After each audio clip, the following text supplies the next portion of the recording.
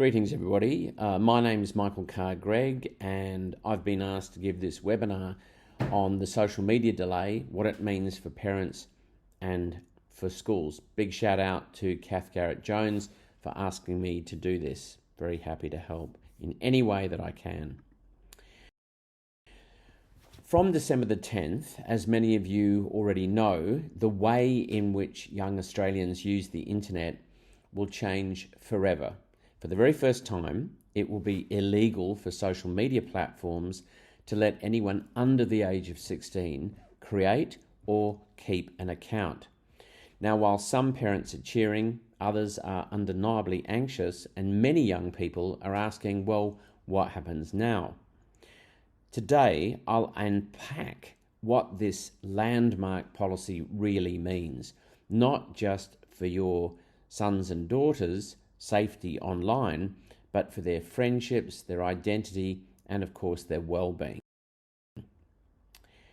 I'll cover first of all what is social media, how will the social media delay actually work, why it's all happening, how it will impact on families in Australia, and how will it affect schools. So first of all, why the change? Well, this legislation is aimed to protect under 16-year-olds from pressures and risks that they can be exposed to while logged into social media accounts.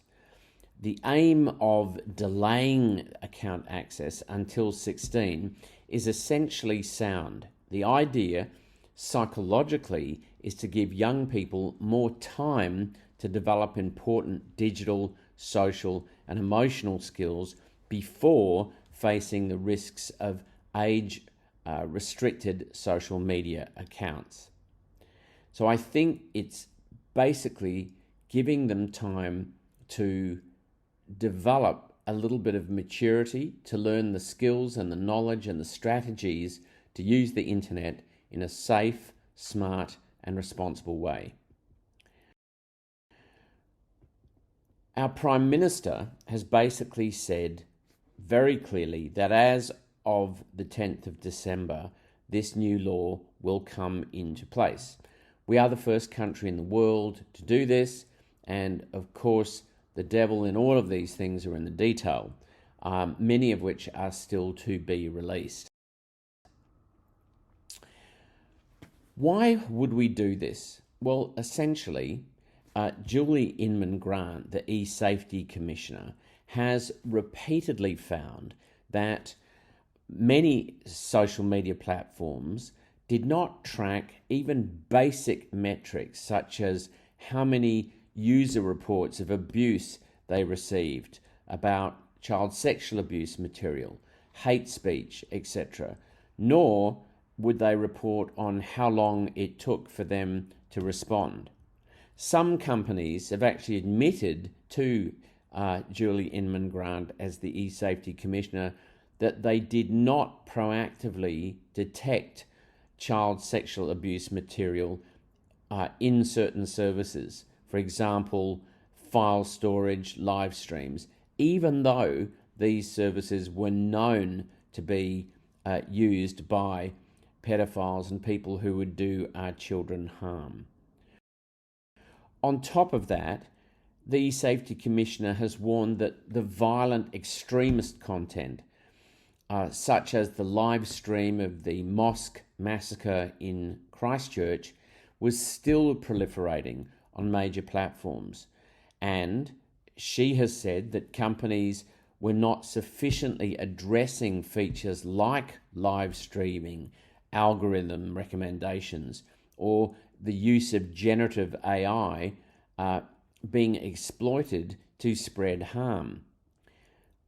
Julie Inman-Grant has also criticised a lot of these platforms for inadequate processes around gore content, i.e. extremely graphic violence, assassinations, suicides, conflict footage, and for consistently failing to apply consistent controls before such content became widely shared, especially amongst children.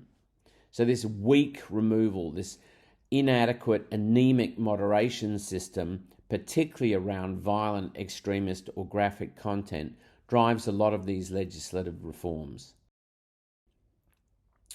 On top of that, some companies have failed entirely or partially to respond to the e-safety's requests for transparency, known as transparency notices, or they provided incomplete or blank answers about their systems to detect or remove harmful content. The e-safety commissioner consistently issued formal notices to a lot of these companies requiring them to report every 6 months on certain safety measures under the Australian Online Safety Act 2021, and they simply didn't pony up.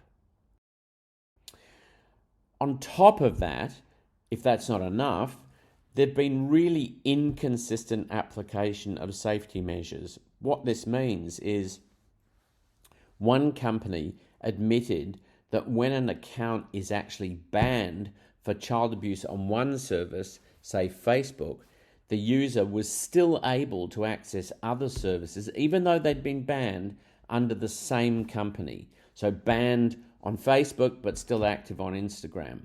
It just showed how anemic these services were in their endeavour to try and address these issues, despite the fact they're of great concern to parents. Now, Elon Musk and a lot of the social media companies have, of course, responded by arguing that this represents censorship. When the e-safety commission ordered X, for example, to remove violent footage of a stabbing in Sydney, X said that Julie didn't have the authority to dictate what content X users can see globally, and indeed he pledged to robustly challenge this unlawful and dangerous approach in court, and ultimately he won in that it was only banned, this material, in Australia. Julie Inman-Grant was unsuccessful in getting it taken off the platform altogether internationally. So the question then is, who will this legislation affect? Well, we now have, on the 10th of December, a minimum age of 16 for accessing all social media platforms designated under the legislation. So whether they have current access or not, on the 10th of December, it will go. They will wake up and everything that they have had will be gone. From my point of view, what we need to recognise is what is a social media platform. And the most critical information I think we ever got on social media platforms was from the Netflix documentary, The Social Dilemma. And if you haven't seen it, you really should take the time. Social media actually is any platform that involves content creation. So people post stuff, algorithm-driven feeds, likes, shares, and, this is the important part, unfiltered user interaction. So you've got no idea who is talking to your kid. These companies encourage consumers, like your children, to spend too much time on screens. It prompts them with streams of notifications and alerts and pressures them to view what is soon disappearing content, trying to create sort of fear of missing out. And of course, it increases the likelihood of exposure to really negative, likes, upsetting or manipulative content served up by the feed. So a kid will tick on diet, for example, and it'll take them down a rabbit hole which ends up in Finspiration websites. And as a result, we know young people are being exposed to harmful conduct such as cyberbullying and being asked for nudes and being sent pornography or violent material. Sextortion, as it's now referred to, is regarded by the AFP as one of the major problems in internet crime at the moment. So under the legislation, if you have a platform whose sole purpose or its significant purpose is to enable online social interaction by two or more users, you're a social media platform. If you allow end users to link to or interact with other end users, you're a social media platform. The service allows end users to post material, so that's content creation. Material on the service is accessible to or delivered to people in Australia. And what it looks like at the moment is this means Facebook, Instagram, Snapchat, TikTok, X, and YouTube, as well as other platforms, will be included in the legislation. One of the questions that a lot of people are asking is, why is it called a delay? Well, the delay is basically a different way of conceiving of a ban. It means that parents won't have to say yes or no to social media accounts when their children ask. Instead, they can now say, well, not yet, knowing that when the child reaches the age of 16, they can access the social media platforms.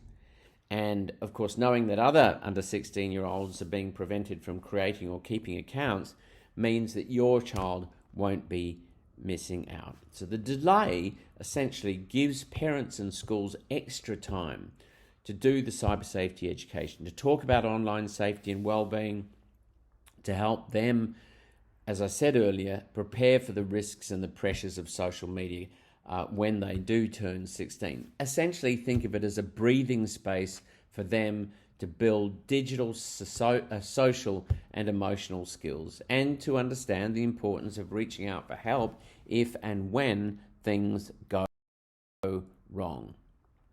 So what are the penalties? Well, under 16s will still be able to see publicly available social media content that doesn't require logging into an account, but if they do create an account, there aren't any penalties for them. If they access an account on an age-restricted social media platform or for their parents or carers, there's no penalty. This is all about making the platforms take greater responsibility for the safety of children. And they face fines of up to $49.5 million if they do not take reasonable steps to implement the changes that the government is bringing in on the 10th of December. So if young people already have an account on the 10th of December, will they be kicked off? And the answer is absolutely. Even if they've already had accounts for years, anyone under 16, their account will be closed. They will not be allowed on certain social media platforms. It's as simple as that. They will be off. And the big question is, how on earth will the companies stop kids under the age of 16 from finding a way around the age restrictions? Well, there are a whole bunch of systems and technologies that are being developed that make this possible, while also preserving the privacy of users. And some of these were already being used by social media platforms, but now, as you can imagine, with a $49.5 million fine hanging over your head, you're going to be using every technology you possibly can. So they can work out if someone is under 16 by looking at things like how long an account has been active and what time they're active. So if it's before or after school, that's a hint. They'll look at whether or not the content that's being looked at sort of gels with someone under 16. They'll look at the language level and the style used by the account holder and the people they interact with. So they'll analyze that. They'll do visual checks such as facial age analysis of the account holders, their photos and their videos. They'll analyze the audio, such as an estimation of the age of the voice of the account holder. and they'll look at the activity patterns in terms of school schedules. They'll look at connection with other users, who are they connecting to, who appear to be under 16, and they'll look at what groups that they're particularly interested in. So, and there are a whole range of other strategies which the social media companies aren't telling us about, which will basically give us a very clear understanding of the way in which these companies will check up. I think it's going to be much more difficult for the young people to get around this than they think. So all we want is reasonable steps and minimally invasive methods that don't hurt a lot of people. So they'll be using this mix of existing account data, what's known as inference algorithms, privacy-preserving checks, and only where needed would they fall back to stronger checks like ID documents, passports, etc., biometrics or third-party age verifiers. So I think it'll be pretty strict. So what happens if a parent gives consent? That actually won't make any difference. Parents won't be able to give their consent for their young people to access social media before they're 16 years of age. It's as simple as that. And there's no penalty if they do, but it's simply that the account, the platform will be held accountable, and they're the ones that are going to get into trouble. So the social media platforms will all be required to use these technologies by the 10th of December, and I'm imagining that each company will use a different age verification method to use based on the system that will work best for their particular platform. So I think that will change from platform to platform. So how on earth would you have a conversation with your son or your daughter about this? I think the most important thing is to try and avoid having a rigid stance. This is for your own good. I think we have to validate and we have to take this whole thing very seriously. If your child is younger than their friends, they may in fact be legitimately concerned about being excluded or feeling left out, particularly if their friends who are 16 are able to access social media before them. And even a few weeks difference can feel like a lifetime to many of those kids.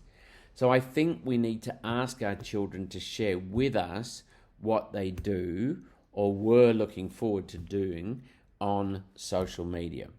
And I think we need to be open to their feelings, don't minimize it. And I think for many of them, it does feel like a punishment. And I don't like that, but that's how they will feel. So I think we need to be curious and accepting of what they say are the good things about social media, even if you don't agree. But over time, they will be able to access it. So I think we need to be very validating of their concerns, very understanding of their concerns. How will the age restrictions impact schools that use social media platforms? Well, this is quite interesting. Some schools do use Facebook for educational purposes and to communicate with their students and the community. And under the legislation, they may in fact need to explore different alternatives. So that'll be interesting to see. We'll get more information from the eSafety Commissioner in the next few weeks on that. What should schools do if a student is found to have access to a restricted account? Well, essentially nothing.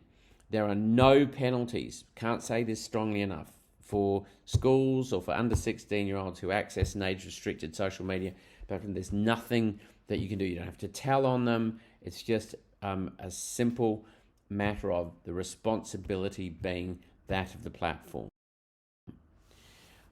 Interestingly, there are some things which are excluded under the legislation, and that's standalone messaging, email, voice, or video apps, online games, professional networking, LinkedIn, education, and health services. Now, what's interesting about this is many of us in cyber safety know full well that online gaming is actually a major way in which kids are subjected to bullying and harassment and see a lot of inappropriate material. So there is a little bit of a gap in that, and I have written an op-ed arguing that platforms like Roblox should in fact be included. So it'll be very interesting to see where we go with that. I'm certainly not happy with the existing legislation. I think it needs to be broadened, and we'll say so repeatedly. So what should schools do now? Well, I think it's basically about policy and good communications. We need to update our students. We need to look at the policies on mobile phones, on devices, any social media that the school is doing. We need to brief the staff. We need to make sure that the parents and carers are fully informed as to what happens now. So I'm very happy for this video to be up for a period of time so that we can educate people. But I'm fully admitting that even by the time I finish this video, there'll be extra information, so we need to keep looking at the eSafety Commissioner's website. So the most important thing is that schools review their school-managed social pages, their groups for under 16 participation rules, and there needs to be planned moderation and logged out access where needed, particularly if they're using YouTube in class. These are going to be major issues that schools have to figure out. We also need to prepare wellbeing supports for the transition off platform. I think we've got to keep using eSafety reporting pathways for cyberbullying and harmful content, and we need to encourage our young people to identify and engage with rewarding offline activities, sports, music, art, hobbies, volunteering, clubs, those sorts of things. Because the research shows that when social media use drops, what matters is what replaces it rather than simply no screen time. So that's going to be a bit of a challenge. I think we also need to empower our young people by framing this transition as a choice, a step towards independence. You are choosing to reclaim your time and your attention. We are no longer outsourcing your well-being to Silicon Valley. I think schools could easily run short workshops or modules on how social media keeps you scrolling with simple interactive demos so students understand how the algorithms work, and potentially we can help them feel less powerless rather. So I also think we need to start looking very carefully now at our curriculum, which reinforces a lot of the digital literacy lessons on misinformation, on online civility, and of course what constitutes healthy technological habits in the first place. So quite a bit for schools to do. There will be a huge amount of information coming through between now and the 10th of December. Every time I go to this website, which is the eSafety Commissioner's website, I get new information. And I would advise, because it's changing all the time, new platforms are being included, new information is being included. This is exactly where I'd go. Now, it's really important to understand why I'm pushing for extra things to be included. Social media is a marketplace that trades in human futures. It is designed to maximize engagement, not well-being. Algorithms don't have a conscience. All of these platforms are driven by profit, not pedagogy. They thrive on time spent, not time well spent. I, for one, do not believe that we should for one more second allow the moral development of our children to be in the hands of a Mark Zuckerberg or Elon Musk. I think the time has come for us to make a stand. Whoever it was who decided to replace a play-based childhood with a screen-based childhood has done the world a terrible disservice. We are the first country in the world to say enough is enough. And I think we run risks. When the moment I wrote this article, which said we should include YouTube, which has now been included, a lot of people were saying to me, we are really poking the bear. And Google, who own YouTube, have announced its intention to perhaps sue the Australian government and stop this legislation from being in place on the 10th of December. So watch this space. Who knows what's going to happen? I just came back from an American Psychological Society conference, ironically sponsored by Google. And look what one of the first headline events was: Youth Mental Health, How to Help a Generation Heal, sponsored by the very people who've broken or contributed to the breaking of that generation in the first place. I just found that absolutely amazing. And no, they weren't particularly interested in my opinion. So what is my advice to parents regarding social media? Well, I think it's imperative that parents set healthy boundaries around use. I think we need to work together in our homes to set device-free zones, particularly in bedrooms overnight, family meal areas, bathrooms. I think we as families should encourage regular digital detox periods for sleep and study and real-life socializing. The research shows that poor sleep and late-night scrolling strongly correlates with anxiety, depression, and, of course, lower academic performance. So we've got to get on to that. The second thing is I think the parents need to model but really balanced social media use themselves. You set the tone. They're like sponges. They copy you. If you are constantly on devices, the young people will follow. So I think it behooves us to show healthy habits, to use our phones purposefully and not compulsively, and prioritize our face-to-face connections. My advice to parents is actually to narrate your choices. I'm putting my phone away so we can have time together. I think we should be saying that over and over again. I think we need to focus on connection, not surveillance. This is a very important issue.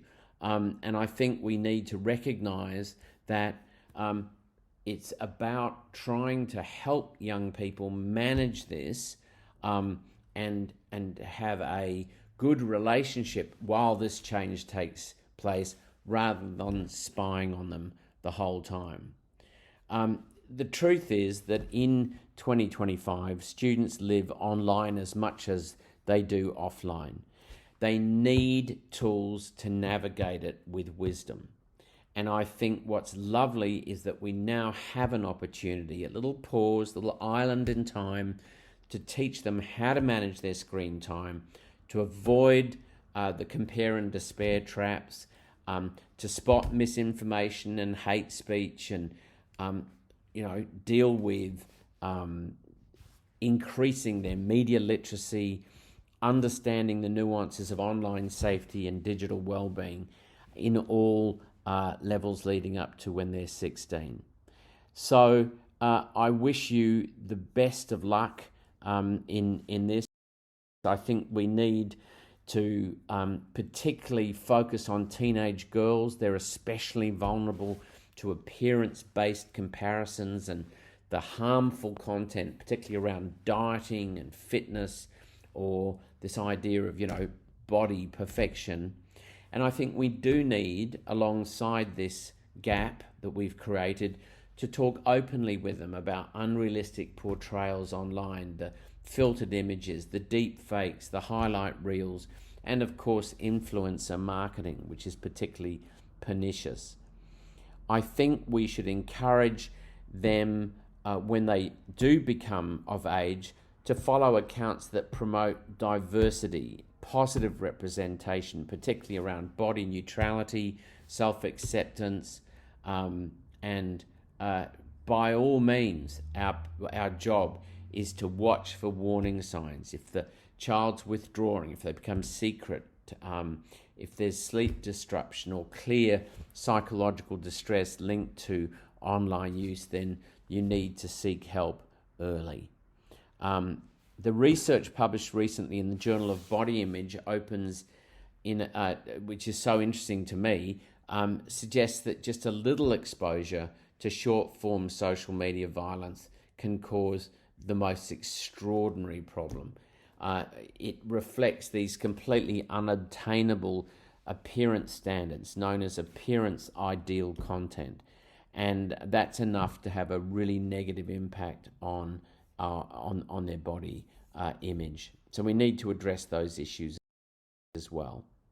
So, practical steps: let's model good citizenship, let's celebrate our small leadership acts, let's encourage reflection, let's teach this digital leadership, particularly about being an upstander online, calling out bullies and reporting things which aren't okay. To me, that's very, very important. So we enter interesting times. Your job as a parent is to handle the disappointment of the under 16-year-olds, to use this period of time to give them the skills and the knowledge and the strategies that they need. More information will undoubtedly come to light over time. I hope you found this vaguely interesting and useful. Thank you so much for listening.